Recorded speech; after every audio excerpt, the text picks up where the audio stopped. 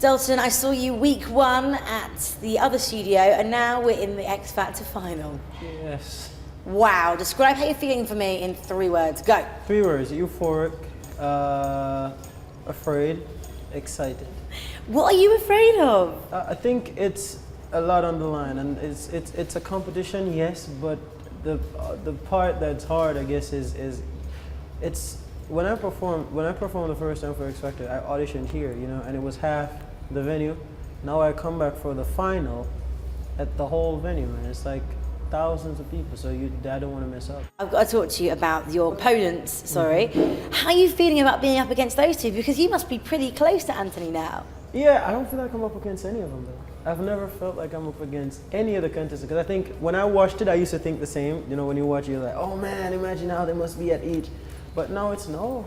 Everybody's like on different schedules, and I think that the closer down or farther down it got to now, everybody was just like in different schedules in different places.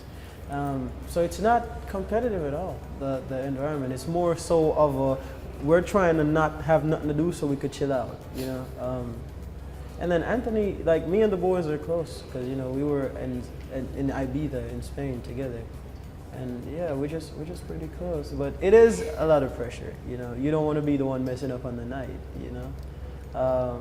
I just want to sound good.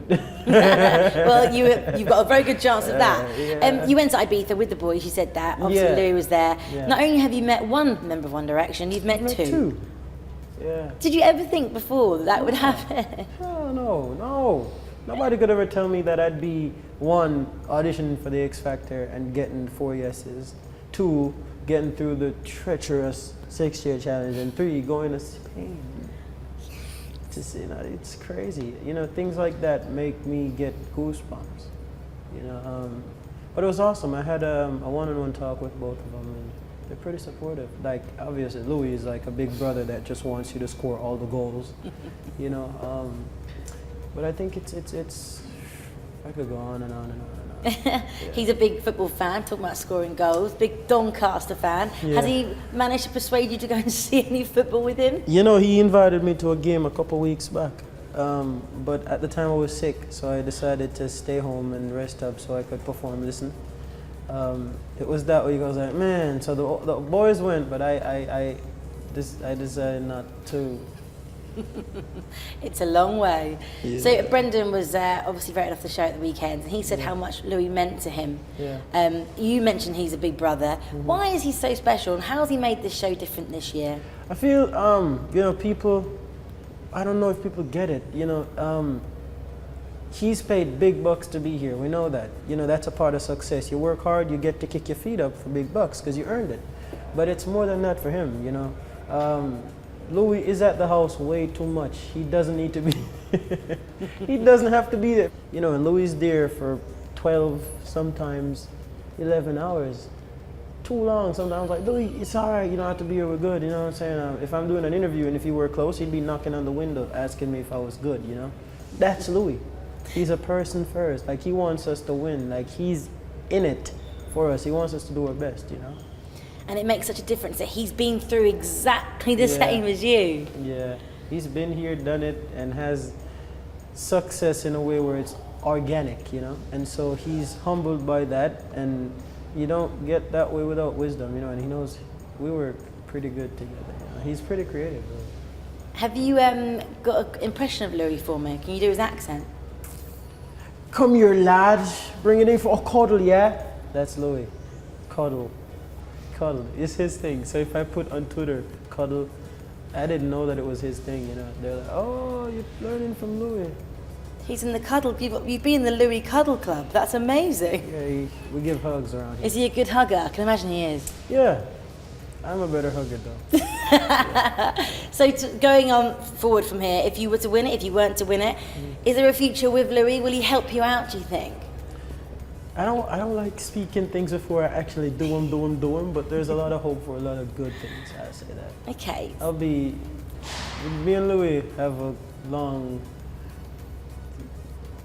acquaintance / whatever else comes after that ahead of us, and we're it's real. What you see there is real, You've got amazing voice, and you can do so many styles, but what would be your what would you actually want to do? What would your debut album sound like? Everything and nothing at all that you've ever heard. Yeah, it's weird. I don't know what that means. I know, neither do I, but you'd have to hear it, you know. But I think one, I don't want to be put in a category of it's this or that. It's gonna be, if you hear my music, it's just gonna be it's Dalton, instead of that's just what I want to be like. One of them. I want people to take me seriously, you know. And I don't want to do it for the fame. I don't want to do it just for the attention of it. I want to do it for the true art of it. You know, I want to make people feel so many things, so many good things. Like I want to make people feel stronger, healthier, sexier if they need to, prettier, you know, more valuable, and more weird in the most beautiful way. You know, I want people to embrace themselves through my music. What song has done that for you? Creep. Really? Yes. Creep is a song that made me be, you know, because I was afraid. When Louis put the song through, I was like, because I went in with my idea, this is what I'd like to sound like.